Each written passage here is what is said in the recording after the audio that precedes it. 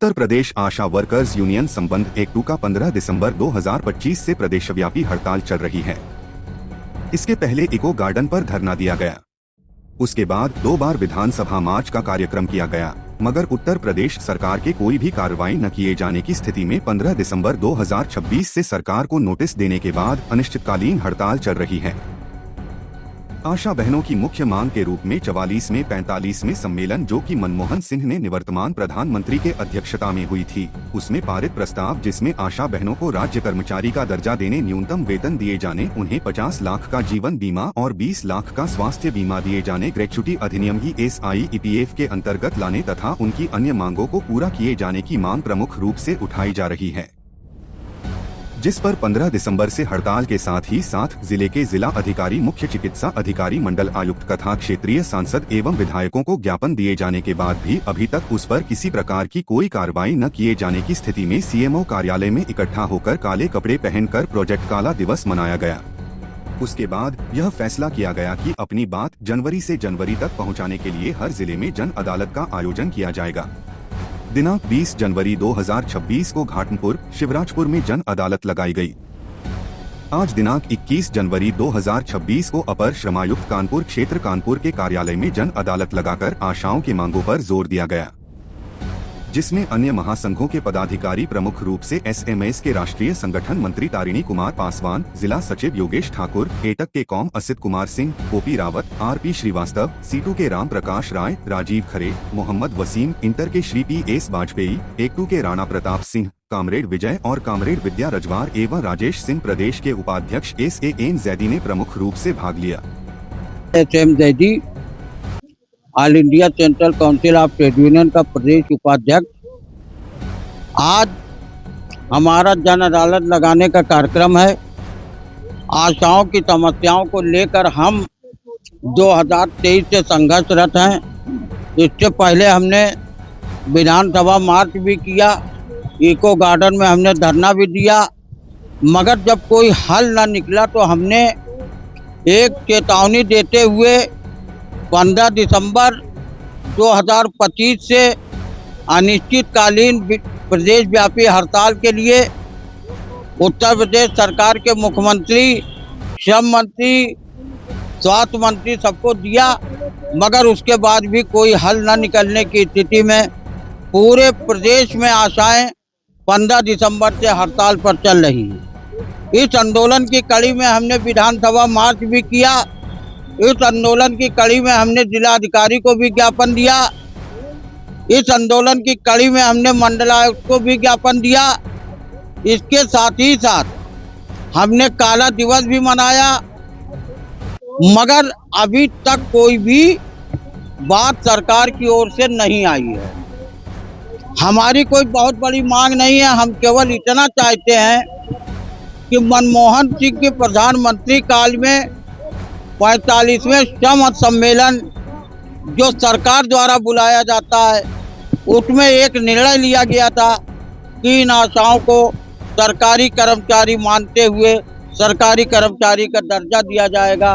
उसके अनुसार उनको न्यूनतम वेतन, ग्रेच्युटी, ESI PF, जीवन बीमा, स्वास्थ्य बीमा इत्यादि की सुविधाएं दी जाएंगी।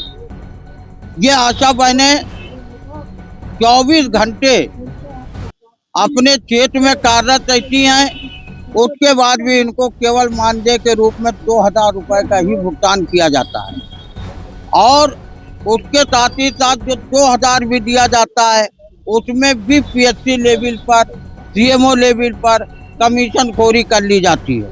तो हमारी मांग केवल इतनी सी है कि 45वें, 44वें और 45वें श्रम सम्मेलन में लिए गए निर्णय के अनुसार आशा बहनों को राज्य कर्मचारी का दर्जा देते हुए उन्हें जो भी सुविधाएं नियमित कर्मचारियों की होती हैं वो दी जाए।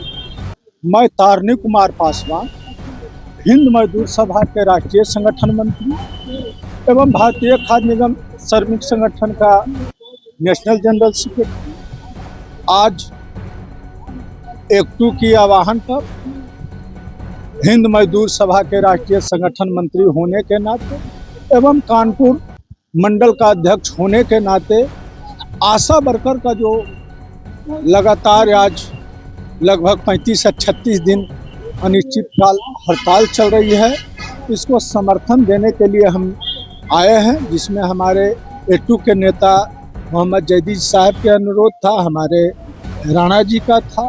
तो मैं यही कहना चाहता हूँ कि ये जो सरकार है, ये सरकार जो है कि निकम्मी है, ये मजदूर विरोधी सरकार है, ये पूंजीपति की सरकार है।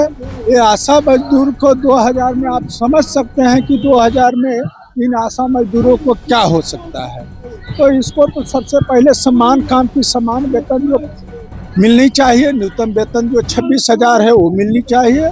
और दूसरी बात, हम लोग ये भी पैगाम पठाना चाहता हूँ कि आने वाले जो 12 फरवरी है, जिसमें हमने 10 ट्रेड यूनियन के फेडरेशन के लोग राष्ट्रव्यापी हड़ताल करने की घोषणा किया है और सरकार को ये चेतावनी देने का काम किया है।